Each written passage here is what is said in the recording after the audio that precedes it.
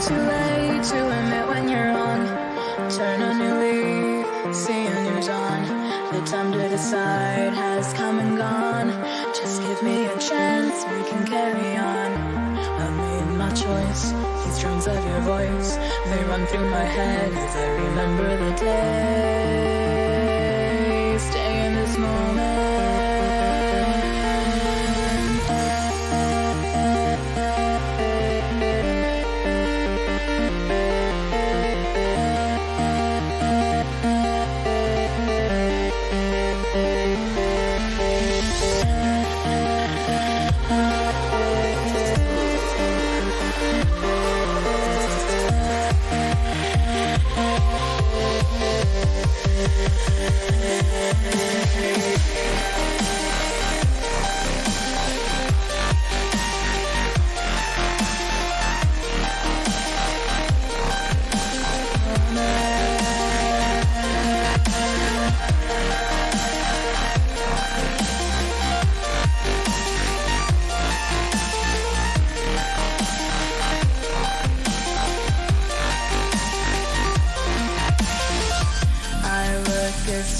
Fill the frame. They say we're lost without aim. Today the stars will read red. Soon blue will guide us instead.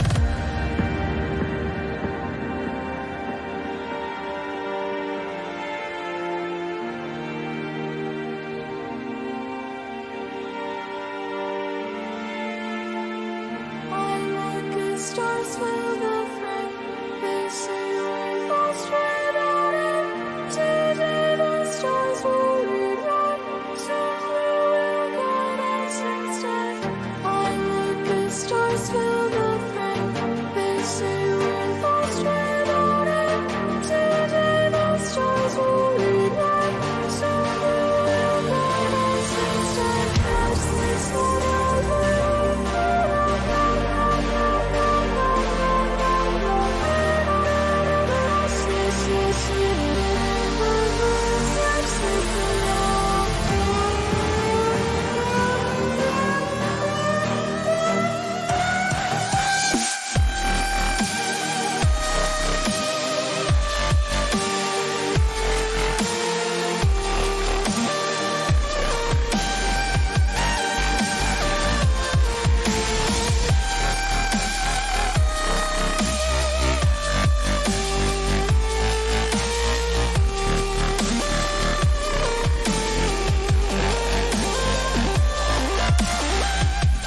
Never too late to admit when you're on. Turn a new leaf, see a new dawn. The time to decide has come and gone. Just give me a chance, we can carry on.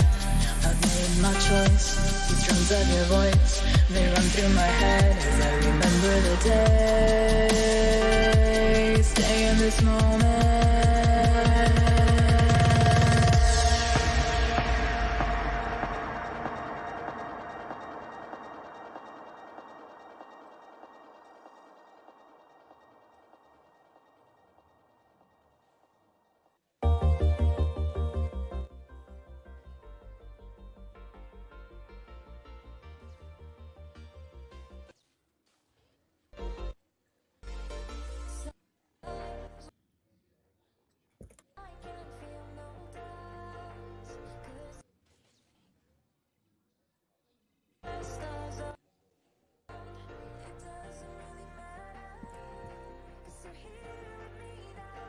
All right. Ready to rock and roll, ladies and gents. So, welcome to the Alliance Live Show 111, where we do live streams whenever we want. All right? Thursday night, Sunday night, Monday night, we do it. All right? Now, as far as that goes, guys, it was 2 Sundays in a row. We had a little bit of a conflict. I was out of town, and then, I believe I got back a little bit too late this Sunday for us to do it. And then we had regrouped to do it again on Monday, and that didn't work for, one of us too, so we had to change it again. Just scheduling conflict. Listen, I just want to bring you guys the best. And that, to me, that's getting the whole crew together. So, tonight worked out. We're going to be getting Ranger in a few minutes. He'll be joining us in a little bit. He's just in the middle of doing something right now himself. But what I do want to do is, first off, introduce the people that we have here at the moment, and that is, as usual, my co-host, good old Maurice. How you doing, bud? I'm good. How's everybody doing? So Maurice is here and ready to roll. He's feeling a little bit under the weather today. He's kind of camera shy tonight, so we're not gonna be doing that. Kleenex face. And that beautiful giggle you're hearing in the background there is none other than Avinash. How you doing, Abby? I'm doing fine, thank you very much. Good.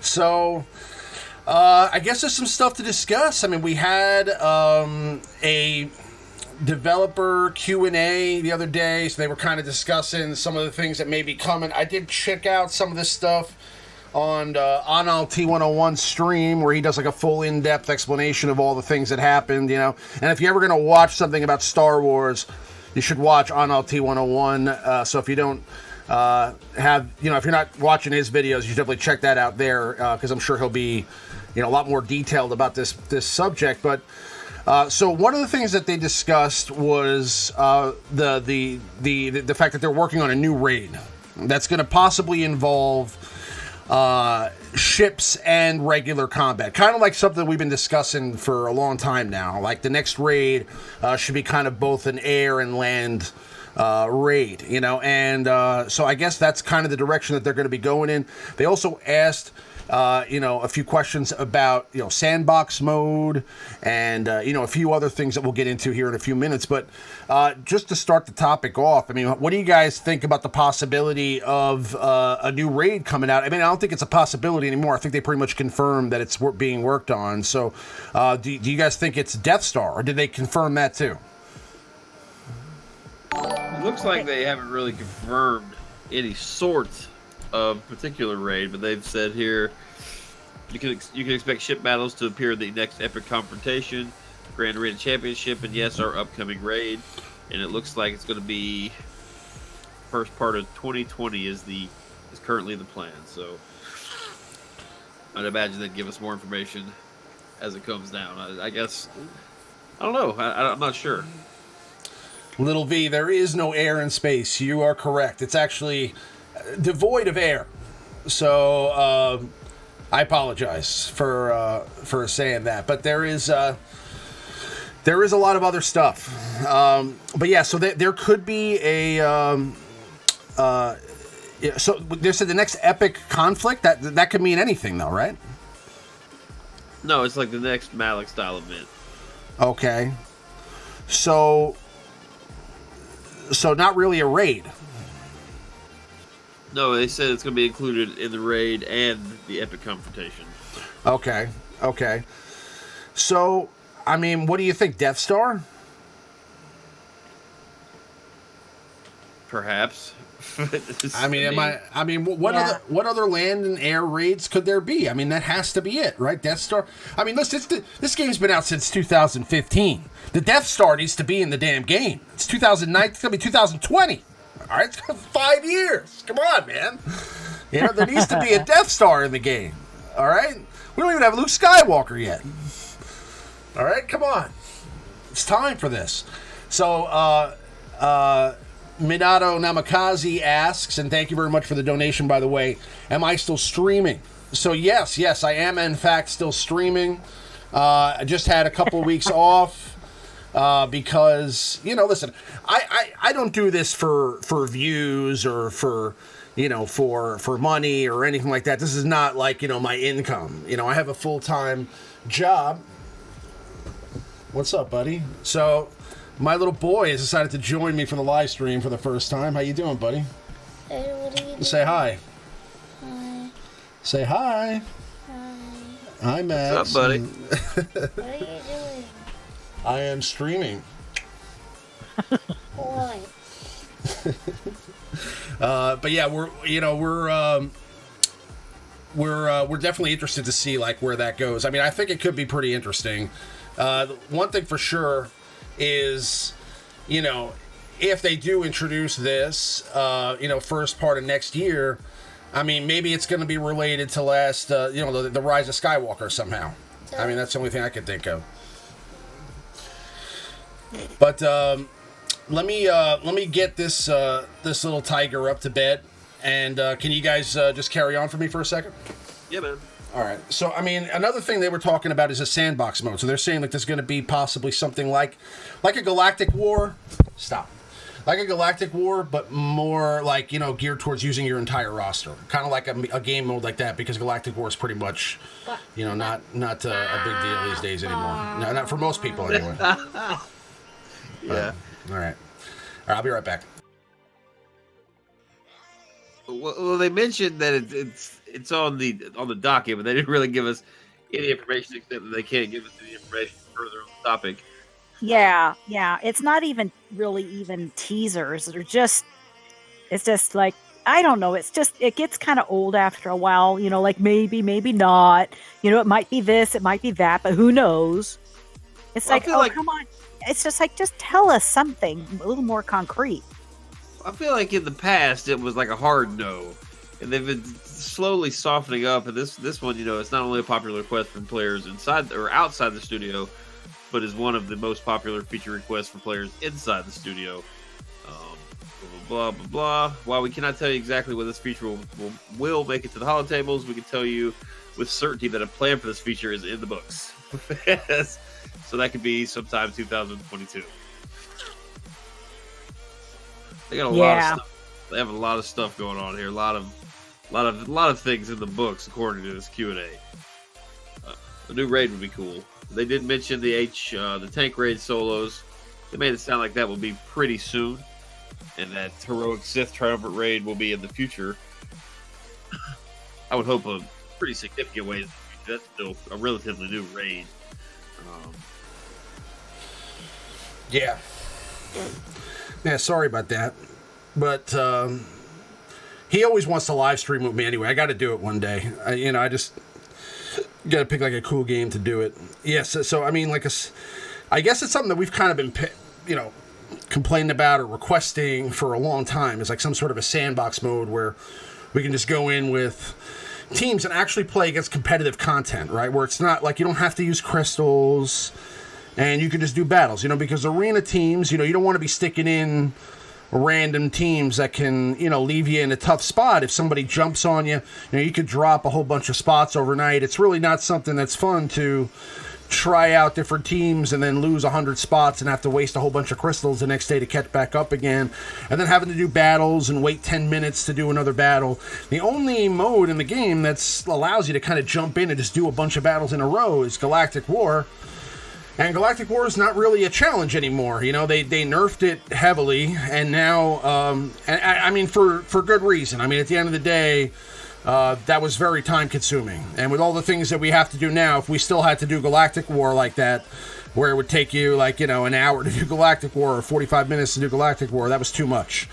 But there should be some mode where you can face against meta teams right now, or against each other that just doesn't count, just kind of non-ranked battles, and another way they could do that would be like doing something like a gauntlet mode, where they can fight against waves of enemies and try out different squads that way. It could also be kind of a new challenge in the game, because we don't really have anything like that currently, and it may be something that challenges people that don't necessarily care about PvP or Grand Arena, for example. So there are some interesting things there. I mean, maybe they could create some insane amount of levels and waves that you have to battle, and maybe that could become some sort of a chase for people. Like, this guy got to level 68 and this guy got to wave 75. And maybe it could be like some sort of like a badge of honor. Maybe you get like some sort of a decal, depending on how many waves of enemies you're able to complete. And maybe you have to go through with your whole roster and see how far you can go. And obviously the bigger roster, more developed roster that you have, the easier it's going to be for you to complete these waves. That could be something too. That also kind of drives competitiveness, and maybe maybe there's a certain set of rewards for doing, higher tiers, and that could be a way that they could monetize it, where, you'll have to level up your roster to get those higher tier rewards. That could be something they could do too. I don't know. I mean, listen, I'm just kind of spitballing here, but I think that there is a lot of ways they could do this where, a sandbox mode could still make them some money, and it makes sense for them to do it because not only does it make them a little bit of money, but also it keeps the player base happy, which I think is going to be, like Marvel Strike Force Blitz mode, basically. Because at the end of the day, I think one of the bigger problems right now also is player retention. I mean, let's be real here. I'm hearing about people quitting the game all over the place, right? Like, so it's like, Yeah.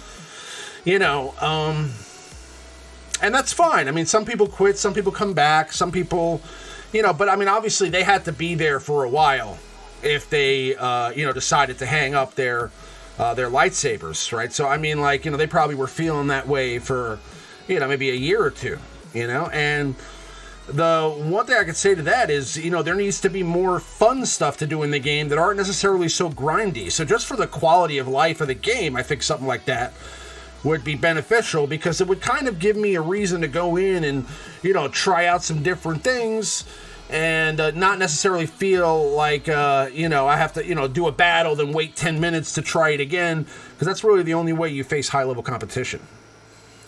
What do you guys think? Well, a lot of the other games, like Marvel Strike Force Blitz is a little different, but a lot of the other games I've played, there's like a month-long game mode. It's like, some sort of tower, like 100 floors. Like, they have 100 floors, like you would have 100 Galactic War nodes, and every node that you beat gets a little harder, all the way up, and you get, pretty junky rewards, 1, 2, 3, 4. Then 5th, you get something, like, I guess we could get maybe like some mod salvage, like a little 20-pack of mod, something small, and it gets progressively better throughout the higher you climb. It's just the same thing every month, just resets. They could do something like that, something maybe a smaller one that resets every week. That would give you plenty to do in between battles. Like you said, do your arena battle, and then you got 5-10 minutes, so you go and knock out a couple floors, do a ship battle, come back, repeat. You could actually stay in the game if you wanted to for a long time. Like, it's that's the option that's not there. Like, if you want to play the game, you can't. Like, your energy runs out, your arena's on cooldown, or it's not your payout. There's no raid. Like, if you have time to play, it just kind of sucks. When you want to play, there's nothing to do. In other games, other mobile games that I play, you can play forever. All right, like, I mean, like in Power Rangers, I can literally endlessly battle PvP for free. Never have to spend a cent. You can play the game entirely free and just play competitively with free characters, and then level up the characters that cost money when they become free. And it's just like that, and there should be some sort of a free PvP mode like that, or like a free battle mode. I mean, and maybe that would make some people excited to try out some different squads. I mean, for me personally, it'd be kind of cool to think up some, they have basically like a sandbox arena where you could try out some teams that maybe you wouldn't be able to necessarily try out in arena, or try them out there before you try them out in arena, just to see if they're ready for the arena, and that'd be kind of cool. But another thing I heard is that we're getting more ships content, right? So we're going to be getting like more capital ships and possibly a few other things. And they also said that the light side version of territory battles is going to be coming. I believe. Did they say some? They said sometime in November, right? Yeah, they said November. Yeah. So about a month away. So get those clones ready. Get that Galactic Republic ready. They wouldn't tell us specifically what would be needed, but they said it includes relics. So. Oh, you're gonna need relics. Oh man, I didn't even think about that possibility. Yeah. I didn't even think about that possibility, right? Like, instead of needing gear 13 required or level 6, let's say power level 1650 required, it's gonna be like relic level 7 required. Oh, that's crazy. It sucks. You're like, oh, that sucks.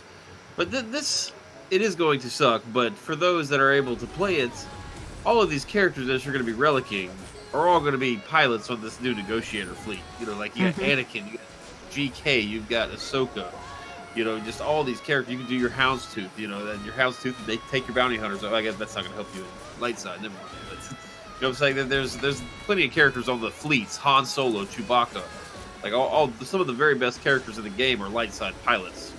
So you're kind of, I mean, it won't be too bad. You get kind of like a double little bang for your buck there. I haven't done this military might battle in a while. I was trying to auto it, thinking this team would win, and I don't know right now. This one can be kind of annoying. It's just like those little fur balls. Come on, get up, Elder Stealth. That's not good.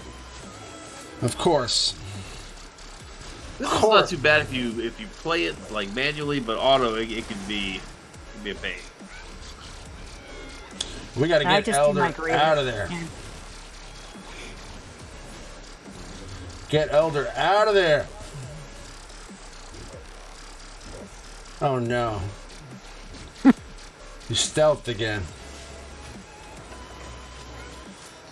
There's so much protection regeneration. But yeah, I mean, you know, we'll see. I think that I think it could be interesting. I mean, I just, again, I'm really hoping that they do add some sandbox mode, something that really appeals to everybody. And oh, he's almost done. Come on, don't stealth. Oh, he's done. He's done. All right. All right, but they just get so much turn meter.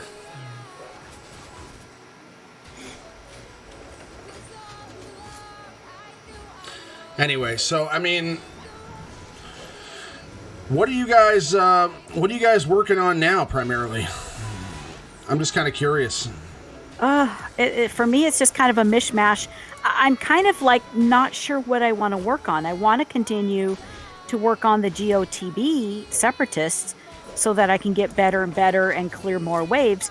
But at the same time, I want to work on the light side stuff, not only in preparation for the light side TB, but also for territory wars and GA as well. Mm-hmm. You know, like the Padme and the clones and stuff like that. Get them started going.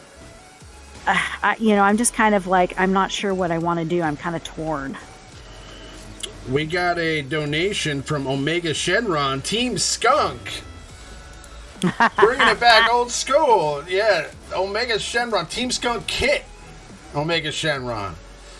Yeah, Omega is also a YouTuber, and he is a comic book YouTuber. What's going on, Omega? So he is primarily, you can go ahead and link your YouTube channel in the chat there, Omega, if you want to. Yeah, I mean, Omega gets primarily like an introspective on a lot of different comics that are more like, popular. I'm not really huge into comics right now, but I mean, there's a lot of cool stuff going on with comics these days. And he's really like kind of in the know as far as like, a lot of the newer, comics, and he can give you like a really good critique on what's good. And, you should definitely check out his channel. So, he'll, maybe throw that in the, or just tap his avatar. You can, just tap on his avatar and go to his channel, check it out. Plus Omega is actually like a pretty cool dude to talk to. So, I mean, like, you'll like hearing him, explain things to you. But, just going back to what we were saying, I also wanted to unlock this negotiator. So have you guys done that yet? Oh, yeah. And what do you, I mean, obviously it's not ready for battle yet, but what do you guys, initial thoughts on it? I mean, have you tried it out at all? I mean, is it even like, is it worth it at 4 stars? Like, I've got it mine's at 5 stars.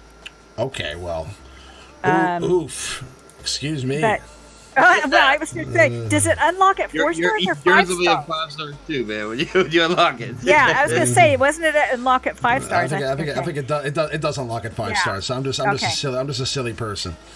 Yeah, I've got all the other GR ships like maxed out and stuff, so I've been playing with that in Arena, and it's not doing too bad on defense right now. I kind of changed the team up because I was dropping way down for a long time, but now I don't go past 20 now at the very least. Okay. But what I do is I just go in. It doesn't matter who I'm up against. I just put it on auto. All right, and it cleans up. So I am going to activate it now. Let's see. The negotiator has made it to the hollow tables.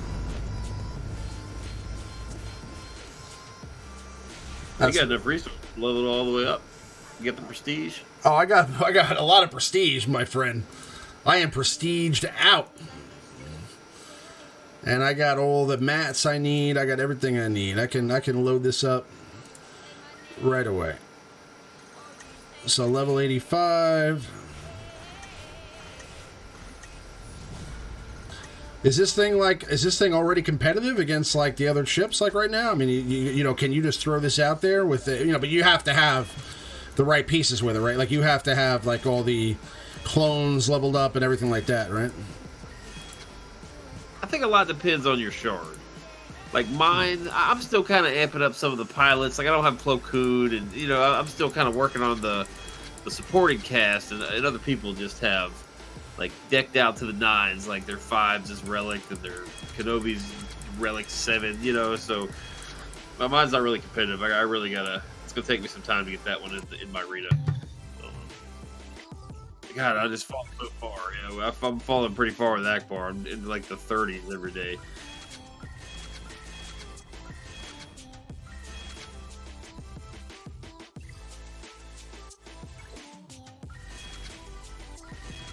Yes, it's me, RangerJ1999. I've come to kick bubblegum and chew ass. Lead me to the promised land. Yes, I was doing some stuff for their Patreons, and so I thought we were going to start at 11. So blame Ramona there for that one. So I was like, oh no, 10 o'clock.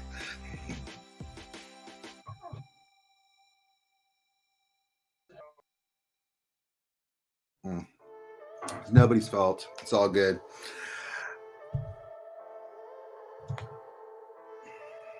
Mm-hmm. Okay. Mm-hmm.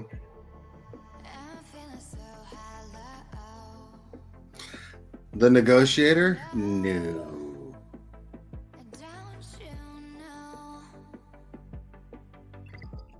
I'll have to let the GOM speak on this one. Well, mine's hanging out unused, man. It's not ready for my arena yet. Like, yeah, it's really not effective until you can get the other enforcement. You know, it just can't hit hard enough. I'll tell you, you need to cleanse. And I don't have really a developed Starfighter or Plo Koon, so I'm like SOL in that department. Yeah, so I'm just, I am farming negotiators. I mean, mine's not even unlocked yet, but people send me stuff all the time, and I mean, it's a good ship. It's a good offensive ship. It sucks on defense because you can just burn down Anakin too quick. It's really solid. It's hard to judge it because we don't have it 7 stars fully, rock and rolling at its peak of efficiency. So you can do very well with it. It's a good ship, even at 5 stars. I still think mill fleets are the way to go. So until you get 7 stars on that bad boy, it's going to be a while before you really get the bang for your buck you're looking for. Well, it'll be interesting to see, like, the people that don't have Negotiator, like maybe on some earlier shards, it'd probably be 50-50. Some people have it, some won't. So it'll be interesting to see if Thrawn or Tarkin or maybe even Mace, when it comes up with a kind of a counter fleet. Yeah. So that could be kind of fun for the computer. You get some of these old ships back out, brush the dust off your TIE Advanced, and maybe some of these Sith bombers. The Sith You something. said TIE Advanced. The memories. Remember when we used to use that ship, good old Maurice? I remember when it was a tournament reward, and those that got it destroyed everyone that didn't. I was God dang it, keeps target locking me and stuff. Stop it.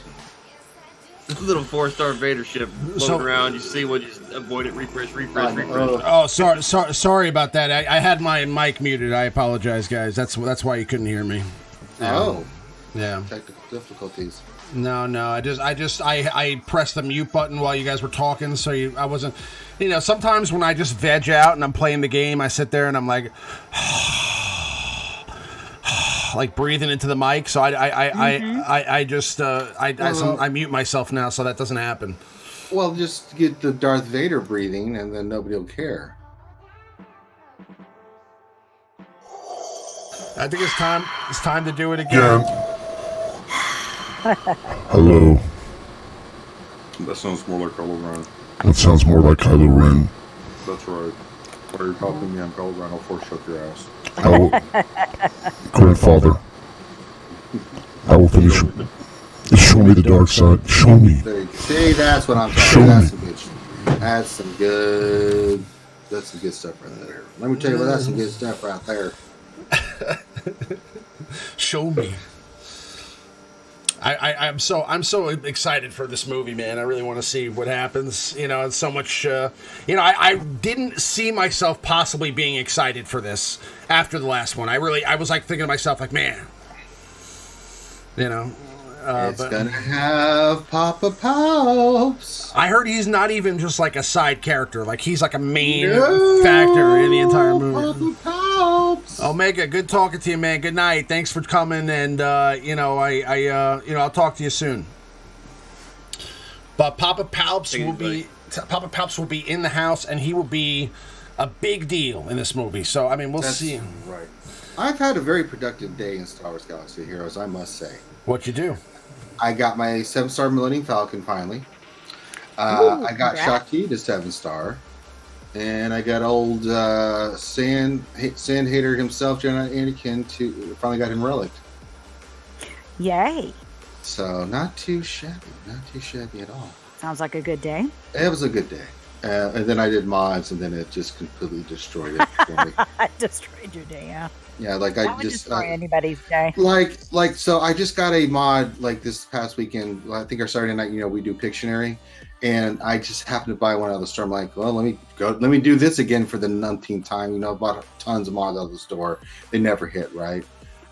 This one hit 26 speed, and I just stared at the phone for like a minute or two, and then I started crying like a little girl because I never get those kind of mods, right? I've never even sniffed a mod like that. But then I've gone back to trying to slice mods, and the depression is real. Let me just tell you, from the high I had from that moment ever since, it's been nothing but just sheer anxiety and depression because they just don't do anything. You slice the damn things. Mm-hmm. So the game giveth, the game taketh away. Can I get just a general consensus here that IG-100 still sucks balls completely? Who? IG-100. Why would? I don't know. I feel like he still sucks. I mean, I thought that he would be better. Yeah. He still kind of does, but that's the good thing about him is that he's purposely put in the line of fire. He's cannon fodder. That's what he is. Yeah, he just takes his damage. You just keep using B1 with him and keep getting his other protection back. Grievous takes his away, and he does his thing. Yeah, he's okay. He just seems like extremely squishy to me, and being that you're squishy. I don't know, man. I think he's. I don't run droids in this lineup for that purpose. No, I was kind of just bored today, so I just ran the craziest team. I did Palpatine lead with Vader and Thrawn with C-3PO and Grievous, and beat the. I just kept. Grievous would take 3PO's health and protection. I gave it right back with Thrawn and just nuked the crap out of that team. I was like, all right, this is what I'm talking about. I was like, I wonder how this team would work. On the last tier, and I was like, yes, good.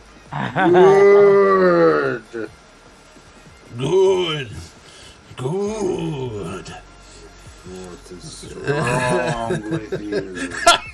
The way he says that, man, he's so good, man. He's so good. I love Ian McDermott. Oh, the force is strong with you. Strong with I can't wait. I can't wait. I really hope that Ian McDermott himself is in the movie. I hope it's not like some other person. He is. No, it's him. It's happening, man. Yeah. Papa Pops, he's on the rebound. Don't call it a comeback. He's been here for years. He's coming back, god dang it. But I heard he's gonna be like possessing somebody. You know what I mean? No. I've gotten actually a breakdown, not confirmed, but I have an idea what's going to be happening. And I was like, yes. Just say he's going to have a big. I hope you'll be very happy. I hope that Luke Skywalker comes back and has a Force Ghost battle with.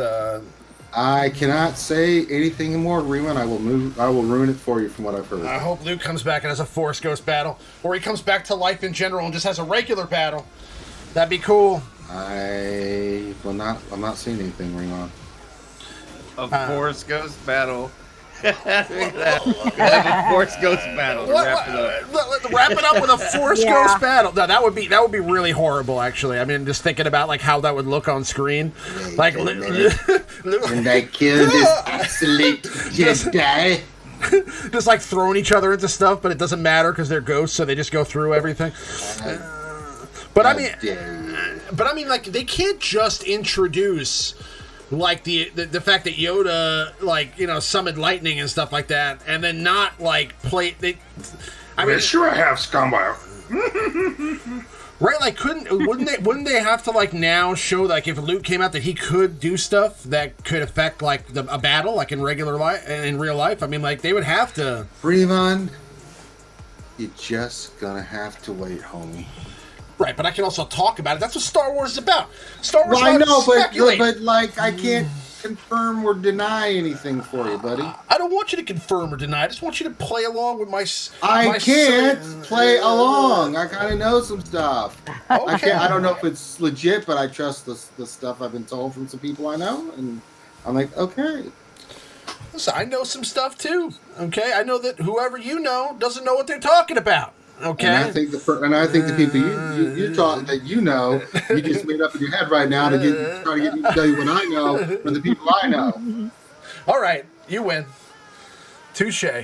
See, that's called science, kids. If you don't know what I just did there, I used. You win. I don't know what physics. I'm talking about. No.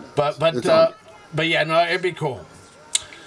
All right, so let's move on to meta and top 5. Let's do that real quick.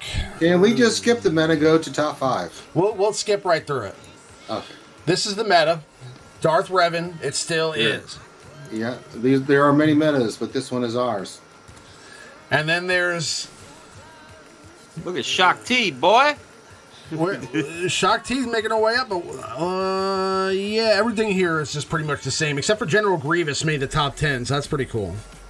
Well, yeah, you're seeing Darth Revan's still the meta, but you're seeing some people use Shock T clones, High Relic. You're seeing some Grievous teams in there. They're really powerful offensive teams. They just suck on defense. Even Relic 7, they're easy to control and manipulate, unfortunately, with like a Darth Revan team. But they're really, really good. When you're controlling them, enjoy yourself. Really enjoy yourself. I'd be shocked if Anakin wasn't on this list next week. Would you be shocked, Teed? All right. That was a pretty good one. Maurice didn't want to laugh. Speechless. So you think Anakin will be in the top 10 squad members at rank 1? The squad, they take the place like BB-8 maybe. He'll sneak his way up there. Yeah. That Relic 7 Anakin beats everything. It's crazy. Yes, I've started the Relic push to 7 on Anakin. He's Relic now. I just have to. Is that probably the best Relic in the game? You think? Too soon to tell, but pretty damn good.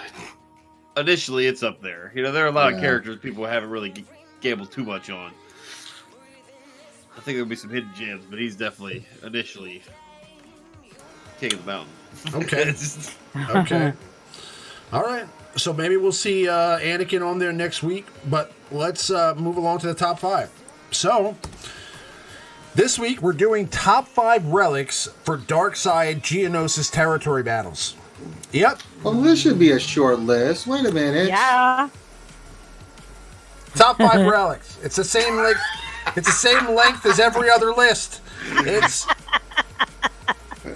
I wonder who will be in this list. This is a secret. This is a secret list. Nobody knows. Secret list. Okay. Nobody. I don't even know. All You right? don't even know. I don't even know. Yeah. Only Maurice knows. Well, yeah, we don't really give it. Honestly, what people are here for is not for the top 5. They just want to see what mods you have on your characters at this point. Yep. Well, that's irrelevant in this case because these are not my mods. These are Maurice's mods. Oh, well, that's a bunch of horse crap. Okay, wait a minute. When did that change? It never changed. I'm kidding. These are my mods. I just wanted to blame them on Maurice. Like, wait a minute. Hold up. Okay, It never changed. These are my mods. Okay. There's some foul-smelling air coming through here all of a sudden. What the hell's going on? No. I'm just being a silly goose. All right. Let's go to number 5, Maurice. Who is Number the 5. top 5 relics for Darkside Geonosis territory battles? Let's go. This one is actually going to be Emperor Palpatine. That's right. Emperor Pretend. Palpatine. Well, one of the most valuable mechanics that you can possibly have in your corner is anything health based, like health percentage based, and shock is that. The only problem with Palpatine is he's super squishy. He dies super quick. But his relics, when you take him all the way up, it gives him a huge boost in survivability. He can actually withstand and make it to phase 3, make it to let's not push it to say phase 4 yet, but he can get up there. You know, he can actually survive. He's got a great leadership. There's a whole bunch of Sith, especially if you if you're on the list to platoon your Revan or your Malak or whatever key Sith Empire character. Throw them on. You know, you can throw the rest of them on right behind Palpatine. Basila's fantastic behind the Palpatine lead, Fallen Basilisk. So, give you another option to kind of play around with. And we know Palpatine for Remon's going to do crazy good because he's got crazy crit damage and crit chance there. Remon's like, I don't need potency and shock and all that good stuff for Palpatine to land. I just want to kill some fools. No, I mean, all of those mods have 10% additional potency. Wow. I mean, that's crazy because I don't think I've ever seen a mod with the secondary 10%. Especially that clear one over there. But the clear one. I mean, all joking aside, like, you're not going to land any debuffs without tenacity down in TB. Yeah. So, like, you might as well mod him up for off. I would suggest possibly offense over crit damage. But if you can get the crit chance on him, the crit chance is what it's about. He does big. I've damage. actually run him as a 5th with like Treya and like because I do get my Darth Revan and Malak up, so I'm like, all right, Sith Triumvirate, Palpatine, Fallen Basilisk, go make something. And once she does her thing, his shocks start flying all over the place. Not phase 4 because I usually get through the first battle and then the second battle is like, oh, well, he just got thumped, he's dead. That sucks. So, but yeah, I like the offense thing. That'd be kind of cool. But then you have to switch it back and. Oh yeah. But you're depending, like, you're using him for his shock. And the stun is. Yeah. I don't want to say stun's not gonna land unless you've got tenacity down spread across the board. Yeah. Like you're trying to target the character's tenacity down, get that shock on him, and the more shocks you have, the more turn meter he gets. So he can turn into a monster with that extra health. I like that. This is a character that's gonna be very interesting for Grand Arena eventually. Once people start getting their top 20, 25, 30 relics out of the way and start considering Palpatine, I think he's going to be a good character. What about the relic? What relic does he have there? What is that? Is that a cane? Yeah, you don't remember his cane from the movie? It is the cane from the movie?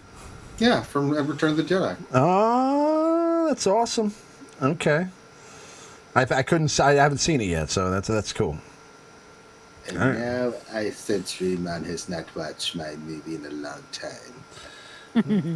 No, I remember I was kind of thinking it was going to be something like Night Sister Spirit, like a vial of Force energy or something like that. You know what I mean? I don't know. I thought they were going to do something silly. I'm glad they did the cane. That's cool. Like what? Like Diaperoos or something? Who knows? Maybe it was his cape. You know, Grievous, old man depends Dundaroos. Lightning causes you to have unnecessary bowel movements. Yeah, crit chance is definitely good with Palpatine. I mean, obviously a crit damage is probably not the way to go, but offense and crit chance seems like a good combination. All right, let's move along to our number 4 character to relic for Geo territory battles, and that is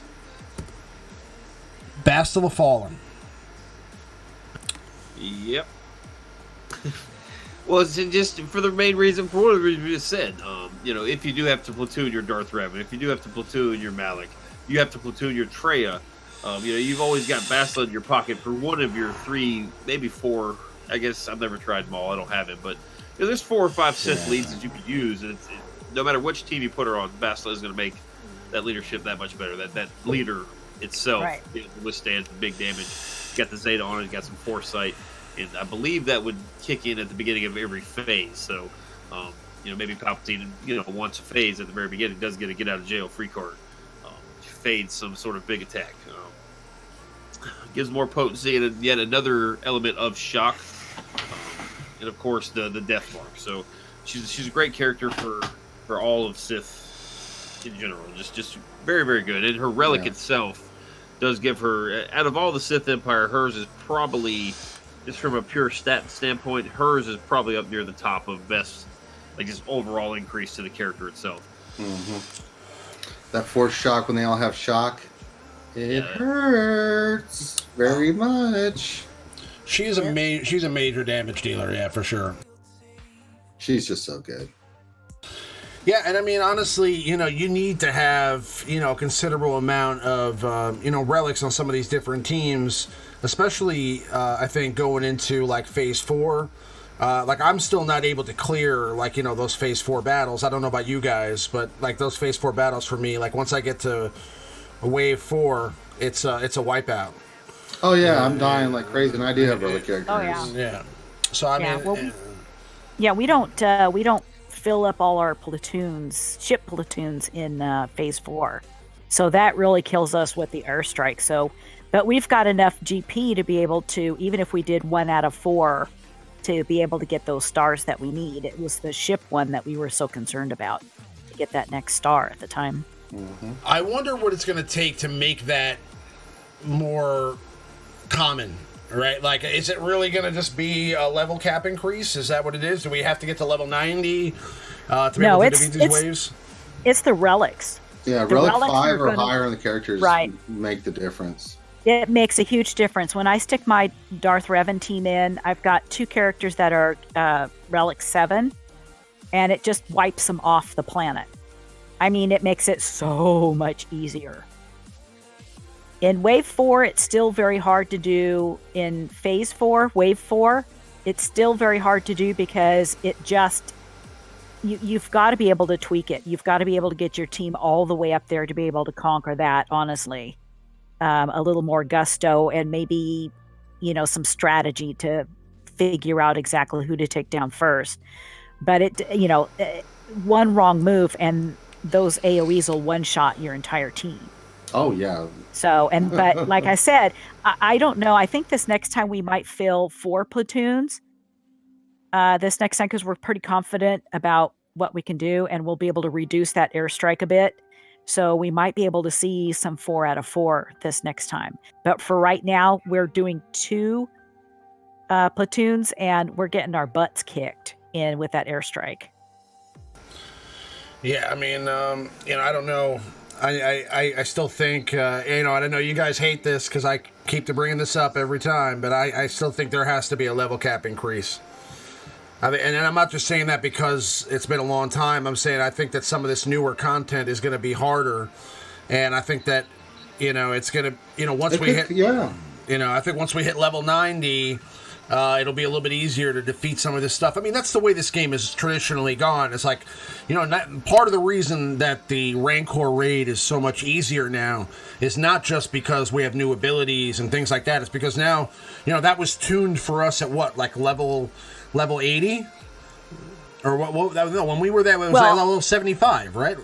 Basically, no mods, not much gear. What was the first level cap? Was it 60 or 65, 75? It was 60, and then it went to 70. Yeah, there was a 60. Right. They did a level cap increase almost not long after I started a little bit late, maybe a month or two after the game launched, and the level cap increase I think went up to 60. There was a 65 I think in there. Yeah. And then I think maybe 70, and then it went like I think 80. It went to 80. No, it went to 80, and then it went to 85. Yeah. Last one. Right, it was 70 to 80, then 80 to 85, and it was 60 originally. Right. So, I mean, it was tuned for Gear 8, no mods, like Minato says. So, I mean, it was like basically, so part of the reason that it's so easy to trash, I mean, you don't even have to have like CLS on your team anymore to clear that raid. I mean, you can clear that raid just like barreling through with damage. You know what I mean? Just go in there with Malik, you'll have fun. Right. You know what I mean? So it's partly to do with the level cap too. So I think that with a level cap increase, it'll kind of change some of the content. It's going to be a grind. It's not going to be easy. Like last time we had a level cap increase, I think it took like 4 months or 5 months to do it. You know what I mean? So it wasn't like. It was a speed to. I mean, a lot of people are going to have energy saved up. And remember, like storing energy for like a week before a level cap increase, like just like having your cantina energy at max, having your, it was like 2,000. What was the max again? Was it 2,000? Yeah, it was something ridiculous. 2,000 energy and 1,000 cantina energy. Now we'd have a lot of other energy to think about, right? I mean, and also I'd have to think about like would ship battles. And, mod battles and things like that even give you XP? I don't know. I'm not sure. I would have to... If anybody that's not level 85 can answer that in chat, I don't know. I feel kind of bad for not knowing that. I think these relics, I think we'll get one, but I think they've really pushed it off now because just from a business standpoint, it'd be too easy for people to get to level 90 because everyone's panic farming everything right now with the cantinas for the relics, with the fleet battles for their gear finishers and their gear 13. Like everyone's spending lots of crystals right now on these refreshes, but once that cools down and people just are like, I can't keep up at this pace. I've got to go back to 2 refreshes. I've got to go back to 1. Whatever the case is, that's when they'll kick it up. They then force everybody. They'll see that like the crystal refreshes dipping a little bit. Then they'll throw in that level cap increase to make everybody start spending on that again. So it's going to be I can see it coming with the Sith with the next raid 2020-ish now. It will affect relics too. Those 5 levels, all those extra stats you get, you start stacking them on the relic level 7s. 5 levels would be a pretty significant stat increase. Oh yeah. Have you seen an increase in viability for these characters in the Sith raid due to the relics? I have not played one Sith raid yet since relics came out. Yeah, my very best raid teams don't really have relic characters on them. Like all the characters I've been relicking are like arena characters, like PvP characters. Like Grievous is kind of I don't use him in the Sith raid. Right. Sith Empire is great for a quick 4 million auto. That's pretty much how I use them. It's just I'd imagine Grandmaster Yoda would be pretty good. I don't have him. But he's a pretty good one at P2. Wargol says that relics are awesome for the Sith raid. So, all right, that's our number 4 character relic character. Relic 4 character to level up for the Geonosis Territory Battles Dark Side. Moving along to our number 3. Who do we have here, Maurice? Number 3 is Count Dooku. It's just off all over the place. Count Dooku. He's required, I think, for 2 missions, especially that one that we all know and love with the Saj, and then that mission we all don't know and hate in the very back of P4 that very, very few people have a chance at. But, once again, there's a trend here with more shock, more health-based damage. But Count Dooku, actually, let me fact-check myself real quick. Looks to get, like, per character stat, he has I believe the highest physical damage increase, and then well above average, 158% special damage increase for his special. So that's a huge damage boost. Also, right around the average in terms of survivability, 64%, armor and health and protection and stuff like that. So that's a pretty good boost. Just in terms of value per relic level, he's one of the better ones in the game. But when his base stats are what they are compared to some of these other characters with way higher base stats, you got to put it all in perspective, I guess. But he's very, very good. Again, much like Palpatine, can withstand much more damage, especially have that Zeta on him. The higher up you get him, the better that Zeta is going to be. So. Yeah, I mean, that Zeta is a huge bonus, especially in that battle where you need to use him and Asajj in P2. Being able to, regen your protection and health is pretty much, what gets me through that battle. No problem, because after a little while, sometimes Asajj will get wiped out if I don't do the right things. And then it's just Dooku for the last 2 waves and the robot or the droid. And that Zeta has definitely saved my butt a few times. Well, he's a separatist. Oh, yeah. I'm sorry. Go ahead. Yeah, I'm just wondering, how are you even doing this mission with a damn 2-dot mod on your son of a... How are you doing this, Remon? How? You don't want to know how much speed is on that mod. None. It's 2-dot. You don't want to know. That one's not going to work. Super rare ones, 16 speed super rares. Let's see, you can only go up to 1C. They can only go to. I think it's a defensive mod too, which is like really, it doesn't make any sense. Yeah, well, yeah, but I mean, I'm just. How are you even able to get past phase 1 of that mission with this TikTok? I don't know. That mission, you have to kill the characters with Dooku. Like you have to set them up and let them hang, and then you kill them with Dooku. You don't have to have your 13 characters at all to do it. Well, no, yeah, but it's kind of a slogfest, though. In that. Oh, it is. It is. You just kind of stall. You have to be real careful with that droid. You can't use too many AOE's. Oh, just wipe them out. Get 10 stacks of that stuff. Separatists are gonna take the cake in this list just simply because they can use the Hailfire tank. Like if you guys will always want to make sure you have one Separatist on your team in those middle zones. Like if you have your Night Sisters to use them in the middle because Asajj can use the Hailfire tank. You throw Dooku on your Traya team in the middle because he can use the Hailfire tank, and he can get called in from the B2 itself when he does his AOE. So using Dooku kind of as a flex play, some of these Separatists, I mean, they come in real handy. Yeah, I'll show the 2-star. I really don't even understand why that's there. That's kind of... sometimes I see these things and it does surprise me, too, that I have a 2-dot defensive mod on Count Dooku. But that's I have no idea why I would put that there. I do. I mean, I don't know. I mean, I can't even think of a scenario. And it's it's blue, too. I can think of a one scenario. Long ago, when Remon first started this game, he got himself a Count Dooku. And during that time, he worked on him a little bit and put mods on when they first came out. And then he said goodbye to his old friend Count Dooku and never did a goddamn thing with him again. The end. It's actually it's a 24% crit damage primary with 4 speed. On a defensive mod. Yeah. And I have a defensive arrow too with a 4-dot defensive arrow on him. Yeah. Yeah, I mean, I feel like I must have taken mods off of him a while ago. Yeah. I don't even know why there's a 2-dot still in your inventory, but that's another story that I could tell. I think we should go to the next character before my head explodes. All right. So our number 2 character to relic in Star Wars Galaxy Heroes for Darkside Geonosis territory battles is General Grievous. Surprise. Well, shocking.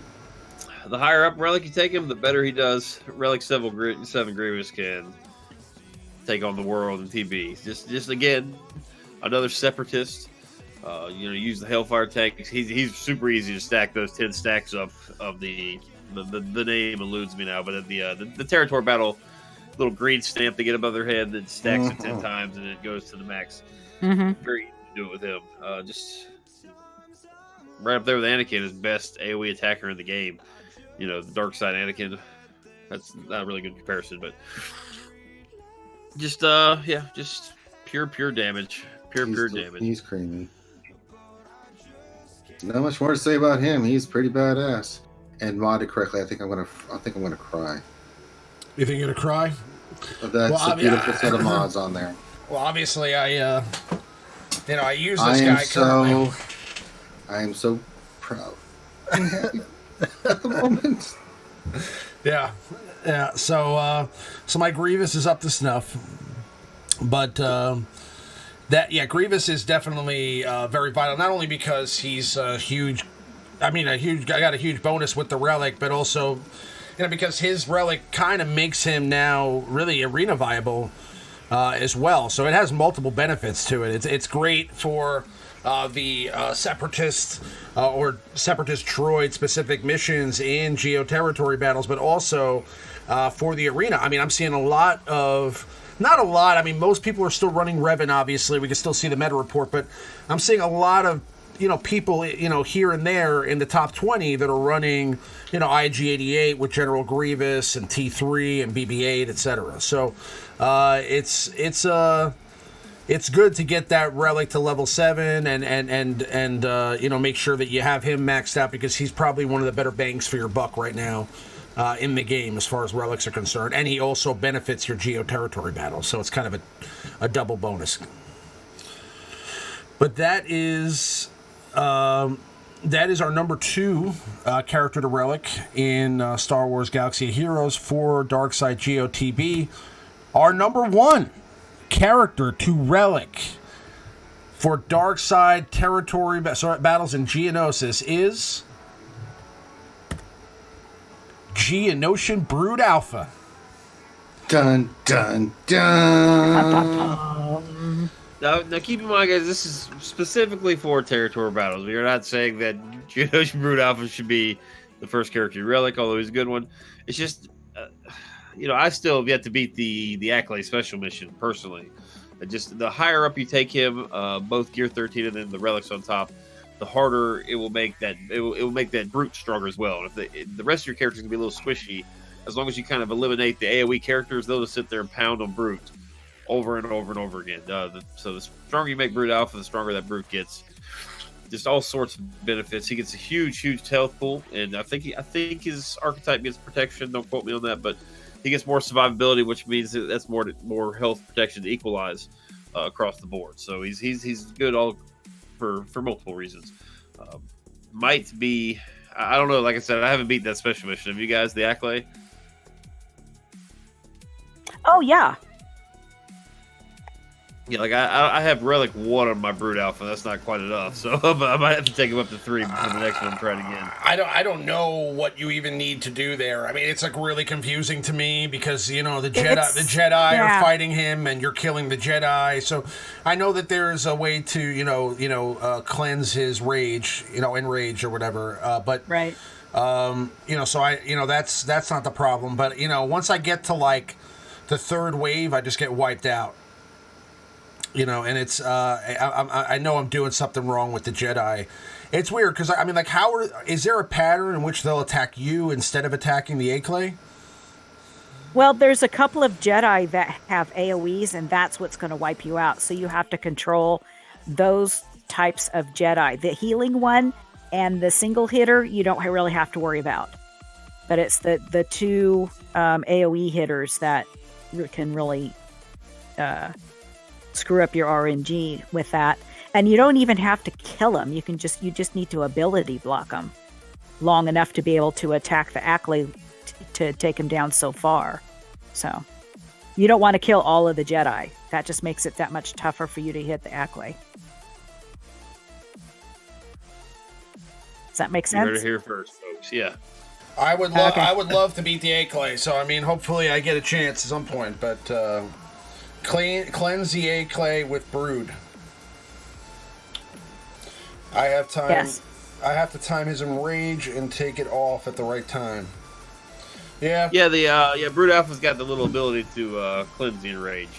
Is the only one that does have that ability, yeah. So it's got to be kind of a time thing. I'd imagine there's a little element of luck there, especially if you're not like, Relic 7, Geonosian Brute Alpha, etc. Like if your team is a little bit under geared. I mean, being all gear 12 and under geared is kind of a weird thing to say, but that's kind of the deal these days. So, well, probably the best thing is at least have Brood Alpha, Relic 2, and Spy at least at 2. Relic 2. Spy is what's going to really help you. Isn't it weird that we're at a level now where Gear 12 is kind of considered like an under-geared character? Yeah, definitely. But, all right, so that's our number one character to Relic for the GOTB. I mean, Brood Alpha, also like Grievous, not quite like Grievous, because Grievous is really more of a he's a great arena character, but Brood Alpha for TW, GA, for lots of other things besides Geonosian TB is also a great value. I mean, like, he's a great defensive character on TW for your guild. I mean, if you put a whole bunch of Geonosians out there, that's a good wall to put out there, especially if they're geared up well and modded well. So that's a good value for him too. Because again, he does benefit your other game modes as well. But one of the huge benefits obviously is that there's a lot of Geonosian specific content in the GOTB, obviously. So he would definitely be the number one character to relic up for that. Now we're going to move along to our honorable mention, and this week's honorable mention is Jango Fett. Now before y'all go crazy, let Maurice explain. Well, I mean, there you can put a lot of people have been listing characters off, and they're right. Like this spot could have gone to Old Daka. This spot could have gone to Crew. This spot went to Jango just again because he's a separatist. He can utilize the Hailfire tanks. He can get the buffs. He gets all the goodies that come with being a separatist. I mean, now he's not in platoons, which is helpful. I think on some of those separatist missions, he's probably not in the platoons. Let me rephrase myself, but just a great character. His boost itself, let me look up the stats here. He gets a pretty significant offense boost, which is great. His kit's already good. He does great damage already, and then it's going to add even more to his kit. Let's see. And he's also very good.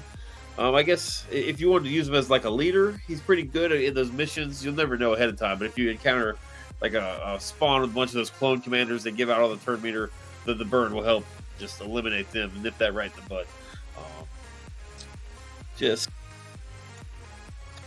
Overall, 138.7% increase to his physical damage, which is well above average, and then a little bit below average in terms of survivability. But he is a pretty squishy character, but now he's a pretty squishy character at Relic 7 that deals a heck of a lot more damage. Sorry for sniffling over that. I'm trying not to, guys. That's okay. Don't worry about it. Yeah, I mean, Jango is a great character, especially for some of those waves that you have to clear. I mean, it gets really dicey sometimes with your third and fourth teams. I mean, you can clear, especially from phase 1 through phase 3. I mean, you can clear with your Revan teams. You can clear with your Treya teams. Because of Darth Nihilus and his Annihilate, you can kind of set that up so you can always take out the most important character in the next wave and clear with that. But once you get to your third and fourth teams, and because there's so many nodes now in these GOTB battles, it takes you forever to do. You kind of need to have some of these other characters relicked up that can handle some of those other waves, and the bounty hunters are definitely one of those factions that can get it done. The health and protection regeneration can be a huge bonus, and Jango Fett's leader does also increase the damage significantly, right? So I mean, that's kind of one thing that you really need here, because these characters are such bullet sponges. that it's ridiculous. I mean, sometimes I feel like I'm just chipping away. I mean, you when you do that battle for the Wat Tambor shards and you're just doing basic attacks with the Geonosians, it feels like the longest slog ever. Like you're just like tapping on these guys, 1 tap, 2 tap, 3 tap, 4 tap, and you're just slowly wearing them down, but it takes forever, so and you're just constantly making sure that you have characters' ability blocked, and it's strategic for sure, but it's also like a little bit it's a little bit long. I wish that there was there was a little bit less health on some of these characters, or they gave us some damage buffs or something, because I feel like it's sometimes really long, and I don't know if you guys agree with me there, but well, that's how you got to use. Yes. Like, go ahead. I'm sorry. Oh no, I just said yes. Like if you use them with newts, that Newt Gunray Zeta and Django are a nice little 1-2, because Django does so many debuffs, and Newt's Zeta does the health based damage, and it kind of counters what the big health issue. Like that's the way you beat these, or at least the current TB. Just look for all the ways you can to expose, shock, use Zeta Newts. They're just ways to do max health based damage. It really speeds it up, like, because just the physical damage isn't cutting it anymore. Like it takes 45 minutes to do a mission in P3. So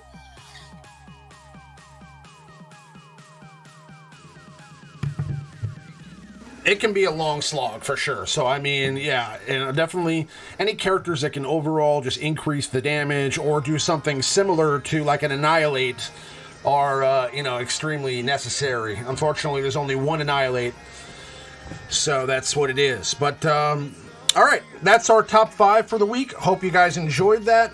That's courtesy of good old Maurice again, and this.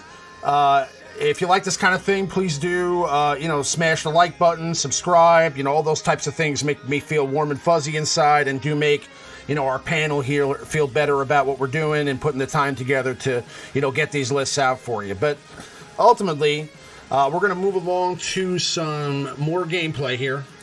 And while we do that, this is the time of the stream where we're going to do our Q&A segment, right? So we'll answer any questions that you guys have. We'll discuss any topics that you guys want. I'm sure there's a few that have already been asked in the chat, but again, if you guys have anything you want to discuss, now's the time. It is a Thursday night, and I believe that Maurice has to travel in the morning, and some of us need to get to work tomorrow. So we're not gonna be on for too much longer. We're not gonna dilly dally around tonight. Yeah, so let's just get to it. Do we have any questions already, Maurice? yeah, since we mentioned Django, this question came from our buddy Hans Omar Harold Duerte. What is the best team of bounty hunters to use for the Chewbacca mission? See, you need Greedo and what are the 5 worst ones? IG-88. No, I'm just kidding. If you got a Zeta boss, you'll be fine. Even at gear 11, you'll be fine. And then throw in, if you don't have Django, then you can go any other 4 bounty hunters. It's just going to be an RNG fest. Now, if you have a gear 12 boss with the Zeta or 2 Zetas, Django, mainly your AoEs are what's really going to really help you here. Your Django and your Boba Fett with their executes. Oh, they're so beautiful. Zam's nice and Dengar's nice because they can go stealth and not get countered. So that's the team that I did it with. I don't know if you can go Cat Bane with a stun. Embo's pretty good. So mix and match with those kind. IG-88 gets nuked. Greedo gets nuked. So if you have to use them, you have to use them. But oh my god, they get nuked. I think Dengar's probably required. I don't know too many people that did without Dengar. Just because he prevents R2 from stealthing everybody. If Dengar stealth, I'm not sure exactly what the reason. I'm a big Dengar guy, but I think when he's stealth, he prevents stealth as well. So that's the way to keep all the characters out. You can hit who you want. It is a big RG fest. Like if a lot depends on who R2D2 stealths. I remember that specifically. It took me a few times to get it done, but I don't think I might have had I probably had a Gear 12 Boss, Gear 12 Boba, and a Gear 12. Who's the other significant one? I know I had Dengar and I think one other Gear 11, 3 Gear 12s and 2 Gear 11s. That was a while ago I did that though. I can't really remember.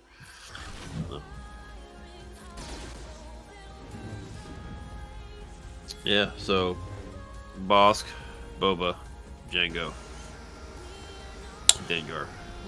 Yeah. All right, next one. Drew Cypher 912. In a post-relic world, what are your thoughts on setting defense in Grand Arena and Territory Wars? What's changed? What's viable or no longer viable? I'm still going with the same defense I set that I've been using. I mean, I tweak it here and there, but I can tell you what I put in my front. I mean, it's no surprise because it's on air, but I always put Padme down on defense, the GR team, Old Republic, Night Sisters, and my Bounty Hunters are my front line. Then in the back line, I put Geo, the Kira Stall Prepare team with Young Lando and Young Han with L3 and Vandor. And then in the back, I've got Grievous and First Order. And now I've had First Order in the front. I've moved them to the back. But with the teams I put up front, reason being, if most of the time I Darth Revan outspeeds theirs, so if they put on defense, I can go wipe it out. And if they keep it for offense, they still have to go face. They have to use it against my Padme team. So it really makes their life difficult with my defense. My defense has had a ton of holds.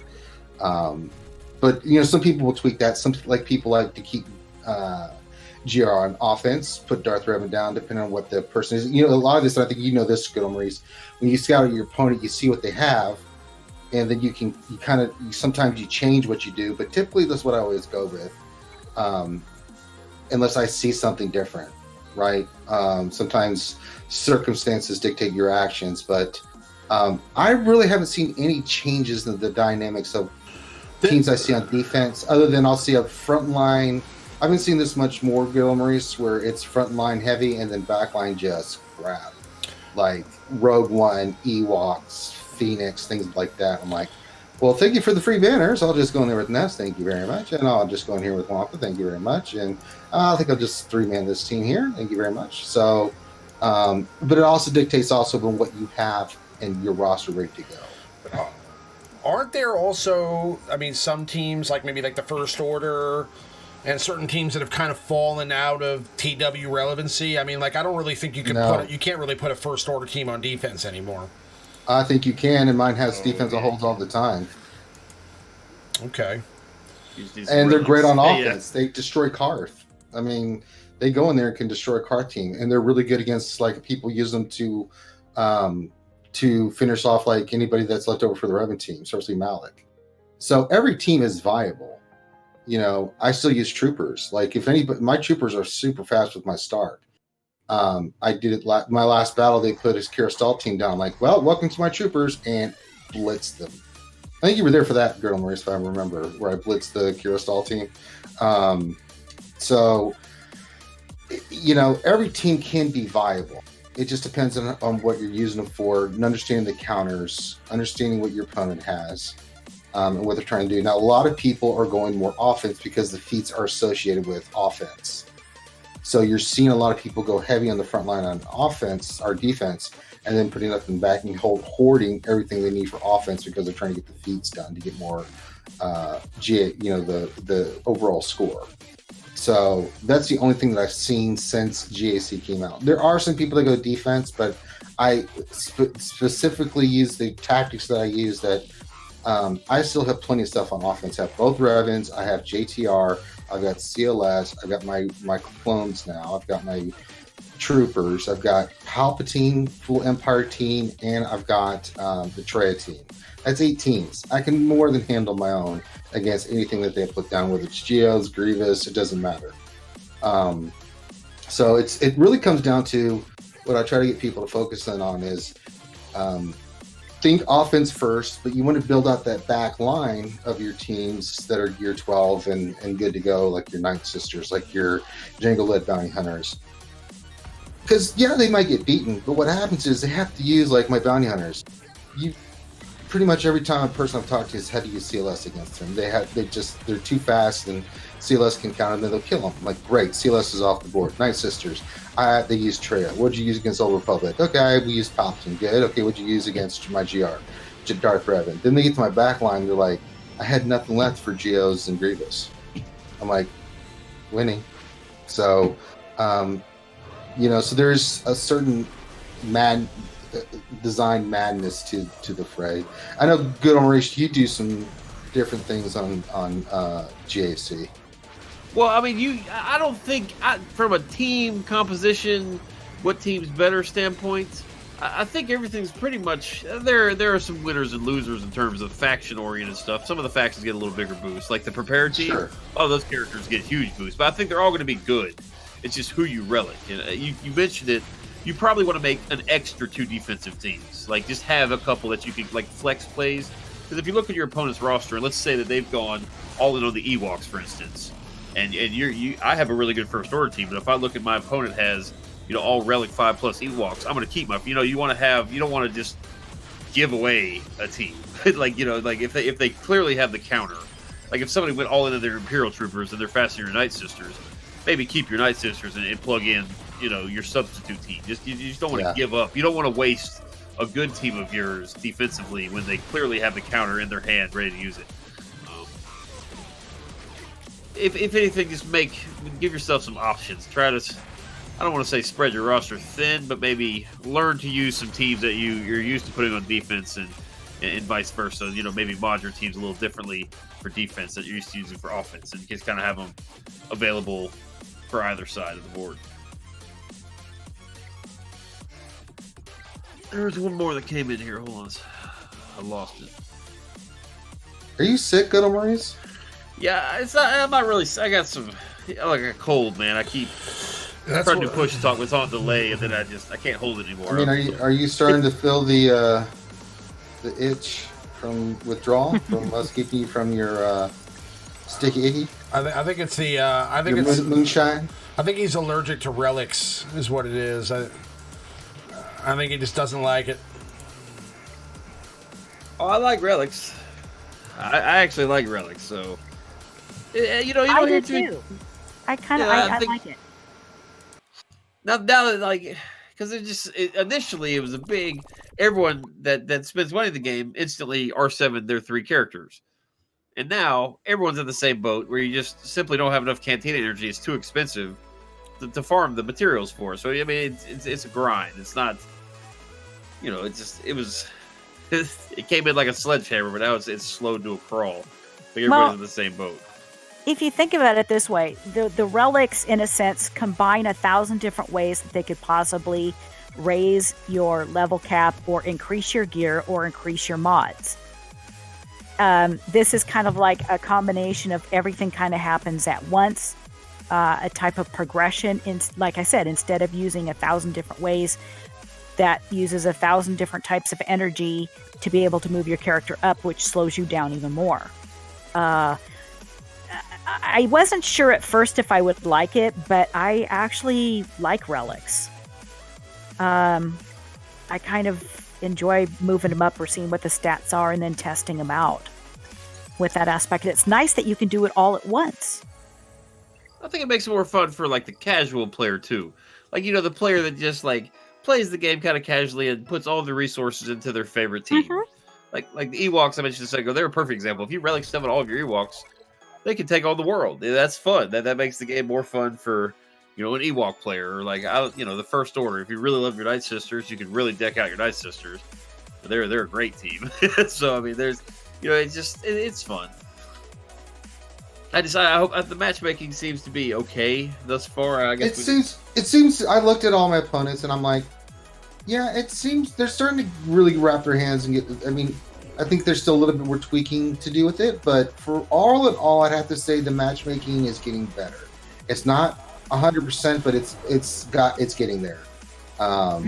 There's still some things I have to work on, but I don't have any issues with the matchmaking at all. I think it's starting to really they're starting to really adjust and make corrections and stuff, and sometimes it takes time. And yeah, I agree, the matchmaking's getting better. There's still some issues with it, but nothing like it was when we first started. It's like, oh my god, what have they done? Kind of thing. Yeah, What is I'm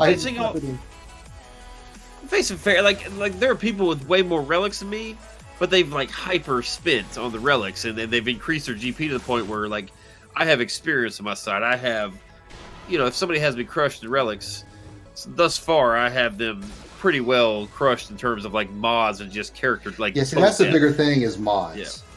Because I take on people with relic 17s all the time in my show with like my Revenant team, but my mods are faster. I don't care what they do. I go first, and I'm like, I win.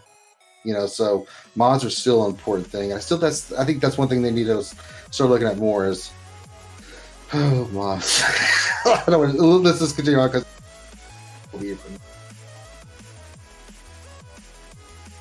It says, ask the panel how many like ships that are hosting.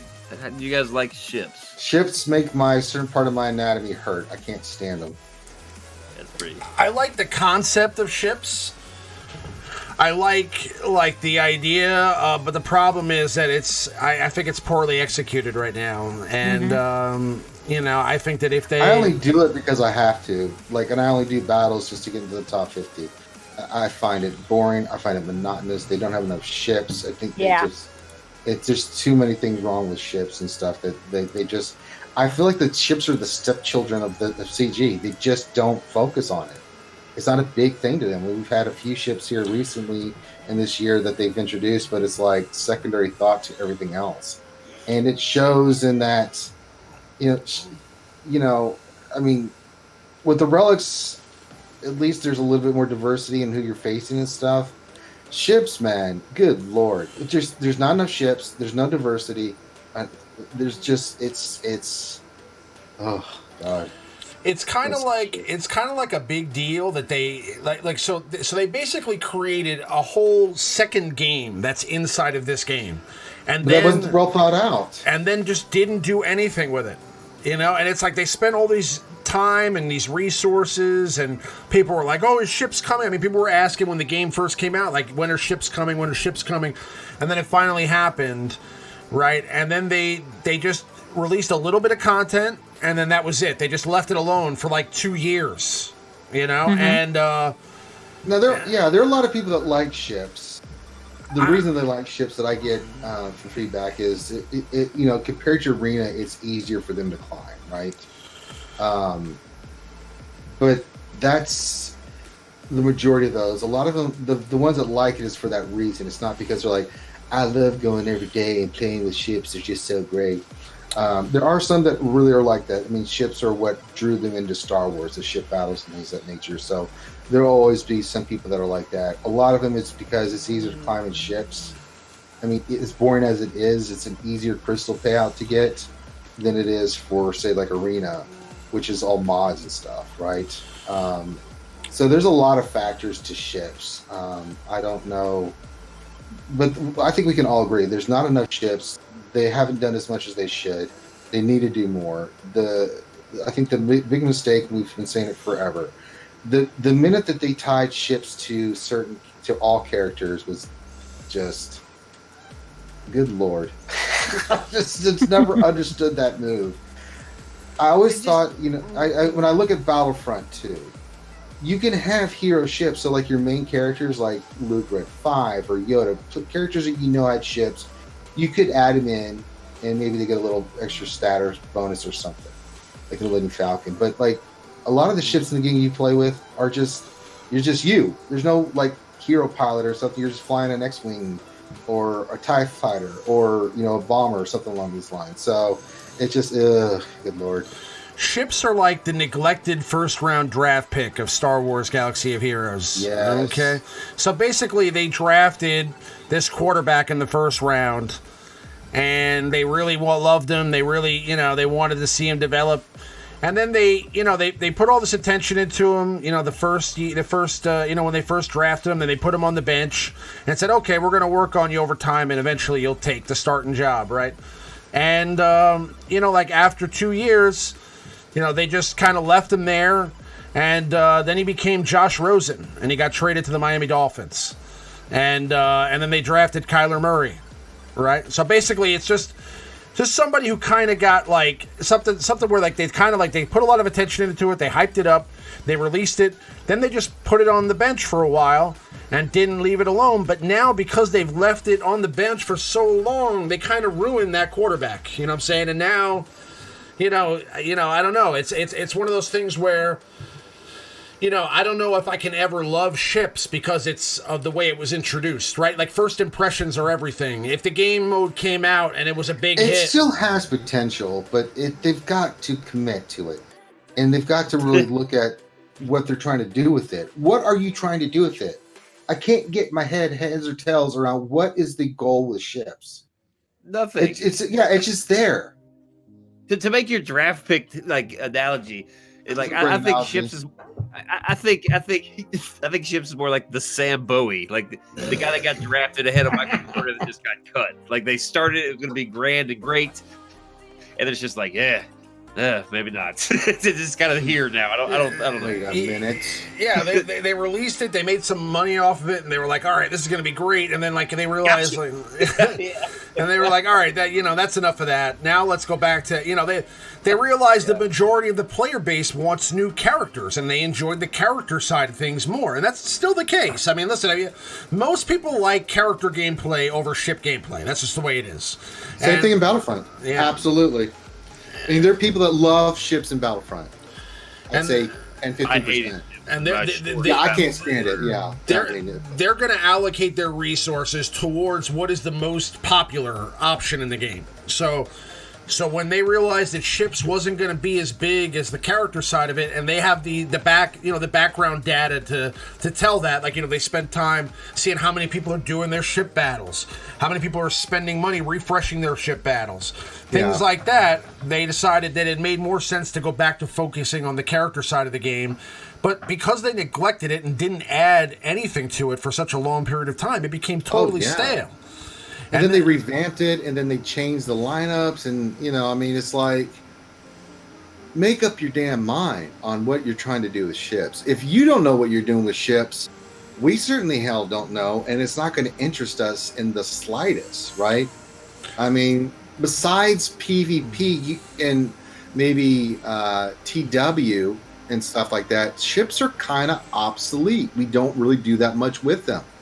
They're not used in GAC, they're not used in raids, it's just TW and PvP matches that you do for your daily, for a lot of people do, right? I mean, if I wanted to invest the time, I could get, I've done it, I could take one in ships. Yeah. But I'm like, I can't, the battles drive me nuts, they're boring, it's the same thing over and over again, I don't enjoy it, and if I'm going to spend a lot of time in this game, most of my time is invested in stuff that they have done a lot of stuff with, GOTB, the raids, PvP. I mean, good Lord, so you get what you put into it. And I don't think CG has put enough into ships for me to warrant an enthusiasm for it. It's just not. Right. And that's the thing. I mean, like I said, it's just, it's one of those things that they kind of, they brought to our attention, they released, they made a big deal about it, and then they kind of neglected it, and then they revamped it and made it better. And then since then, they haven't really done much with it. So I agree with Ranger 100%. They definitely need to address that and kind of focus on what they're going to do with ships. And there's just not enough. There's not enough diversity in ships. I mean, first of all, there's not enough ships. There's not enough capital ships. And at one point, when ships first released, I actually thought that they were eventually going to do land vehicles too, like AT-ATs and tanks and things like that. But now I don't think that that's ever going to happen for sure. I mean, definitely not after what happened with ships. But I mean, we'll see. I mean, if they do add some sort of a ship, like a raid that has ships involved, and maybe add more capital ships like they're saying, and make the meta a little bit more diverse for ships, where you can run some different combinations and be successful. then it could be something to get going. I mean, it's just like, they spent a lot of time, like, kind of, ramping up the regular character side and, making the metas interesting there for a long time in the past, that, people got the chance to get excited about the regular part of the game, the regular arena battles. The ship battles, like I said, I mean, you kind of jumped in there, and at first there was no real reason to do ships. I mean, they didn't even introduce crystals as a reward for ship battles. The only reason you were doing ship battles was for Zetas. That was it. And now it's not that important anymore. Well, speaking of wrapping up, I think we need to wrap this up quickly because good old Maurice is actually putting the questions back into the chat, so I think he's ready for. Yeah. Okay. Well, no, I meant to paste that our thing, and yeah. I know. You're But tired, since we have such a ship-centric panel, we love ships, as you guys can tell. Oh boy. Dude ass. Yes. In the Q&A, they said they're planning on introducing 2 more capital ships this year. What do you think they'll be? The Malevolence and... Definitely the Malevolence, and possibly... Something from episode 9. Maybe it'll be episode 9. Maybe it'll be one of those Star Destroyers. Yeah. Maybe it'll be one of those Star Destroyers for episode 9. Oh yeah. I mean, it goes without saying. That's going to be one of those. They got to profit on the new ships and stuff they'll be introducing. Honestly, though, now that they've been able to fit the Negotiator and the Malevolence on the screen as a capital ship, and we know that they're going to be able to do stuff like that, doesn't that mean that we have a chance also of getting Snoke's ship? That's possible. I mean, that's a big ship, but Snoke's ship could be coming. Well, you'd think they'd need, Wergol says Newt, and that's definitely a possibility. That would give us 2 separatist capital ships to match the 2 Galactic Republics. And that capital ship was data mined, 2 years ago? Like, it's been a long time. It was data mined a long, long time ago in the files. So it's totally a possibility. I mean, they could totally add the what's his capital ship's name again? Snoke. It's the I don't remember. I forget. But yeah, I think one of those ships from episode 9 makes sense, right? So, Yep. All right. Is that it, Maurice? Are we done? the Supremacy. Supremacy. Okay, the Supremacy. Supremacy. That'd be kind of cool. Yeah, if they brought that ship in, there's definitely enough First Order characters to work with to get something like that going a little bit. And they're probably going to add. That's science. They're probably going to add more First Order ships after this movie, so we'll see. Yeah, we'll see. All right, we got one more. This is a quick and easy one. This is the last one. Stonewall asked, did anyone see Joker? Not yet. Well, I'm going to soon. I'm thinking about going tonight. I may actually go for the 1:30 showing, so we'll see. I mean, if not, I'll wait. I'll probably do 1:30. God damn, go to bed, man. Sometimes I'm a little crazy. Okay, sometimes I'm a little wild, little cray in the head. And I'm actually really amped up for this movie. So I'll see. I can go on to Fandango and see how many seats are available at the movie. If it's a cram theater, I'm not going to go. But if it's something where it's comfortable and there's not a whole bunch of people there, then I'll go check it out. I think you're good at 1:30 on a Thursday. I think you might be good. Might be good. Might be good. This movie's already breaking, and they're making big sales already. So I'm telling you, it's going to be. It's got good reviews, and I'm interested. Not many movies really get me turned, but and I'm here. Right. Initial reviews are really good, so I'm excited about that. But yeah, all right. So we're going to go ahead and wrap it up here. I do appreciate everybody coming out on this Thursday night. We will be back on Sunday at our regular time. I will be ready. It'll be good. And, we'll try to see if we can keep that going for a while. All right. But, Grievous's ship is smaller than a Star Destroyer. Is the Malevolence small? I mean, the ships from the capital ship were, but let's not get to that debate. So, okay. Stay on target. Stay on target. Almost there. Stay on target. All right. So we're going to wrap it up here. We will be back on Sunday. Definitely, around 11 o'clock Eastern time. So definitely make sure to check that out. And on Saturday, make sure to check out the Jedi Academy stream on RSG. And that is linked in the description. So you can get a link to the RSG channel there. That will be going live on Saturday at 10 a.m. Eastern time. And then also, what's that? What else is going on with you guys? What else do you have going on this weekend, Ranger? A lot. Just click on the channel. ACS, raising money for kids with cancer. Jedi Academy. I'm doing a bunch of streams tomorrow, Saturday, and Sunday. So check it out. And Abby, do you guys have any podcasts coming up? We're recording tomorrow night, as a matter of fact. Okay. Abby's channel is also linked in the description. Make sure to go check that out. And Maurice, what's going on in the Operation Metaverse world with you and T? Streaming Tuesdays. Hopefully, I won't have a snot attack next Tuesday. Sorry about that, guys.